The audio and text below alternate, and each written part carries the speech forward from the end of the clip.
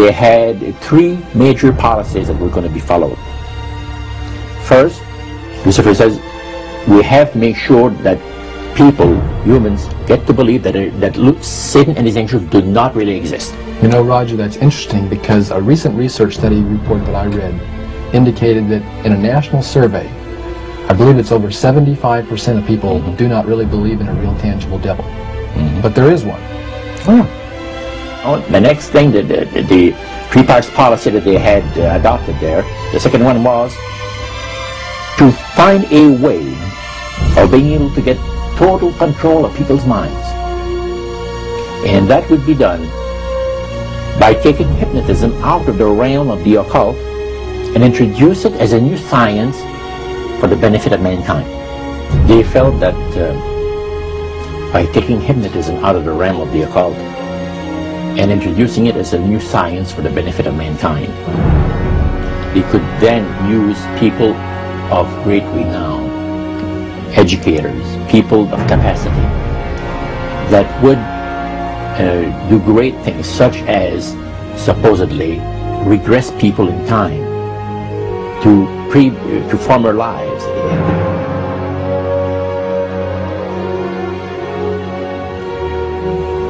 And of course, after the session is over, the person would not know a thing about ancient history. And the person she or he has talked about performing, you know, certain deeds, we'll say, 3,000 or 4,000 years ago.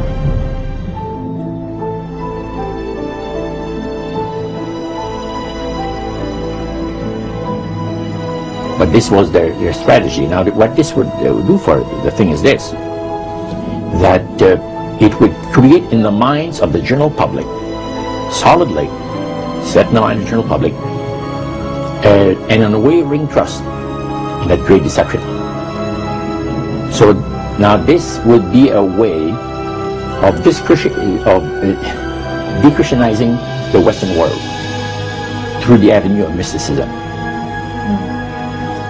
The three things were, number one, that they did not want Satan did not want the human family to think that he or his angels existed. Right.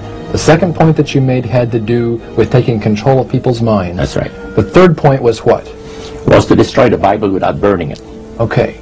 See? And what was his strategy on that? On that, it was very interesting. Because after the Great General Council, it was decided that Satan would tutor Charles Darwin personally in setting up the principles of his theories of evolution. He was tutored by Lucifer himself, fallen Lucifer. And at that time, it was understood, Satan and his spirit counselors understood, that if a person was led to believe in the theory of evolution, it would, in his life, destroy completely the creation week of the Bible, the fall of man, and plan of redemption. It would do away with it.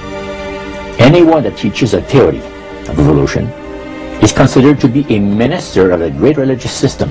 And he said that every teacher of that theory is recognized by the spirits as a person of great value.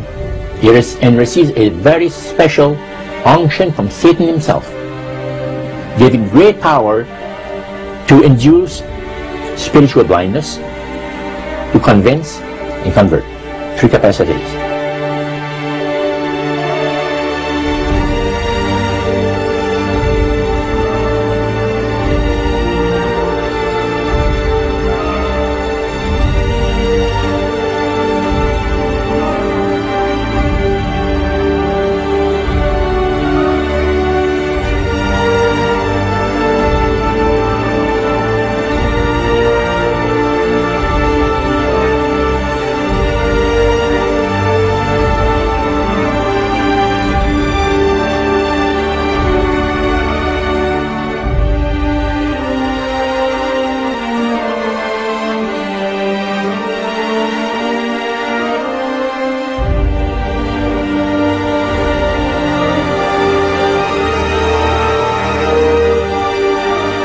This is the grain plane, the master's grain plane.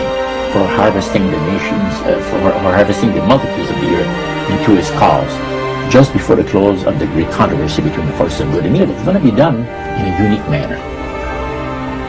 This main plan is going to take people are going to eat the stuff, because it says spirits, demon spirits, will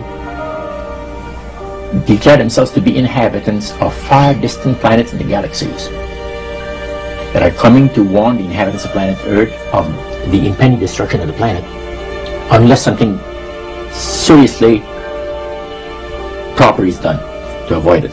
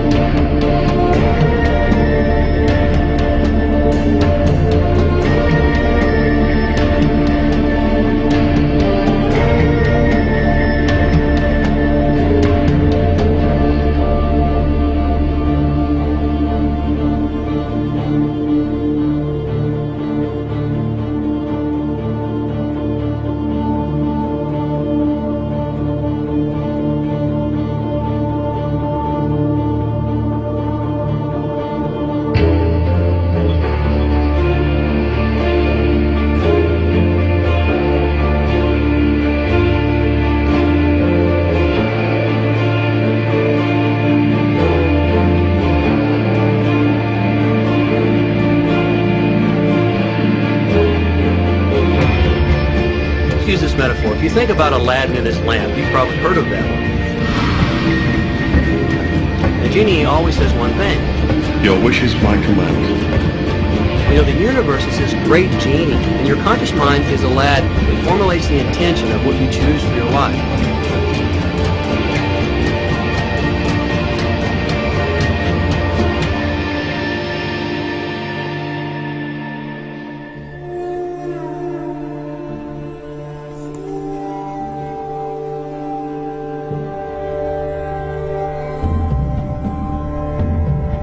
At the very heart and core of all these secret societies lurks the Kabbalah.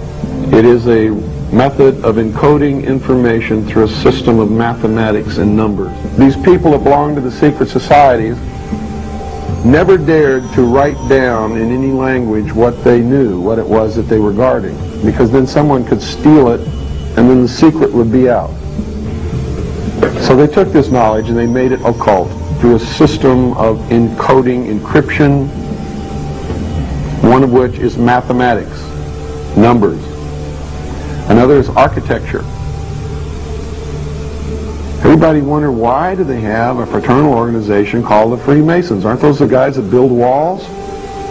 You bet they do.